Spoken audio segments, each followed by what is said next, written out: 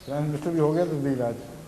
ٹھیک ہے، ہاں فرمائیے۔ السلام علیکم حضور، میرا نام ناصر احمد ہے، میرا ابو کا نام عبدالرحیم انیس ہے۔ کیا ہے عبدالرحیم؟ عبدالرحیم انیس۔ ٹھیک۔ میں دوسری کلاس میں پڑھتا ہوں۔ میرا یہ سوال تھا کہ پڑھائی میں دل لگانے کے لیے پیچھے ہٹو تو آواز پھٹ رہی ہے، ذرا سے پیچھے ہٹ جاؤ۔ ہاں، پڑھائی میں دل لگانے کے لیے کیا کیا اتنا پیچھے جائے؟ نہ ہٹو جو آ ہی نہ ہو، ذرا سا آگے آ جاؤ۔ ہاں، پڑھائی میں دل لگانے کے لیے کیا کیا جائے؟ کس کے لیے؟ پڑھائی میں دل لگانے کے لیے۔ دل لگانے کے لیے تو دل بالکل نہیں لگتا ہے، کیا وجہ ہے؟ کبھی غور کیا تم نے؟ نہیں، کبھی کبھی دل نہیں لگتا ہے پڑھائی میں۔ وہ دل اس چیز میں نہیں لگتا جو سمجھ نہ آ رہی ہو، اس میں آدمی بور ہو جاتا ہے۔ اور وہ بچے جن کو شروع میں ایک چیز سمجھ نہ آئے لیکن وہ تیزی سے آگے نکل جائیں اور بیچ میں خلا رہ جائیں، ان کی پڑھائی ہمیشہ وہ ان کے لیے سمجھنے سے بالا رہتی ہے، کیونکہ بیچ میں کچھ ایسی کمزوریاں آ جاتی ہیں جو اگلی پڑھائی سمجھنے میں مشکل پیدا کر دیتی ہیں۔ اور جب سمجھ نہ آ رہی ہو تو پھر نیند آ جاتی ہے، پھر آدمی بور ہو جاتا ہے۔ اور جب کسی کامیابی کا مزہ نہ آئے تو دل نہیں لگتا۔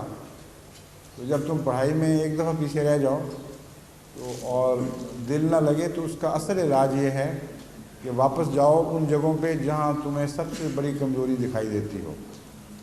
جو باتیں پوری طرح سمجھ نہیں آئیں ان کو واپس جا کے کور کرو پوری طرح اور پھر آگے بڑھو۔ اور بھی وجوہات ہوتی ہیں، بعض دفعہ اکیلے بچہ پڑھنے والا جو ہے خاموشی سے، اس کو کچھ دیر کنسنٹریشن کرنے کے بعد پھر تھک جاتا ہے اور نیند آنے لگ جاتی ہے، پھر وہ تھک کے چھوڑ دیتا ہے۔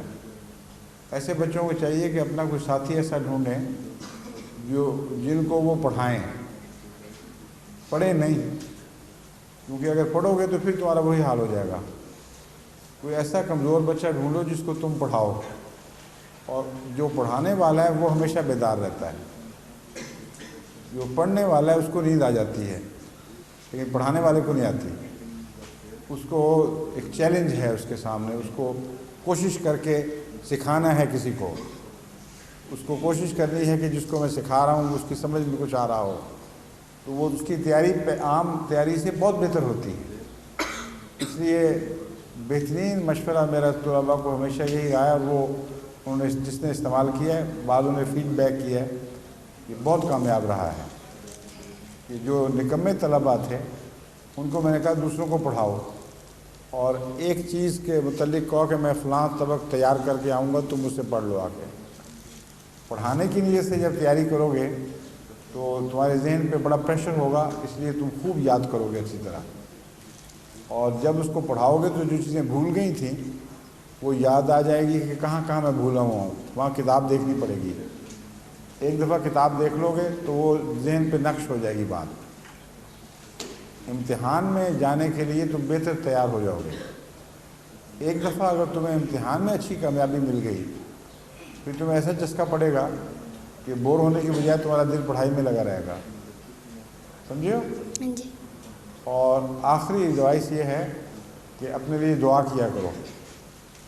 دعا سے بہت برکت ملتی ہے اور اللہ تعالیٰ قبول فرماتا ہے، تاکہ بچوں کو شروع سے ہی خدا پہ اعتماد بڑھے اور تعلق پیدا ہو۔ تو دعا کر کے پڑھا کرو، اور جو میں نے طریقے استعمال کرنے کے لیے کہیں ان کو استعمال کر کے پھر چند مہینے کے بعد مجھے خط لکھنا اور بتانا کہ میں کون ہوں اور اب میرا کیا حال ہے، ٹھیک ہے؟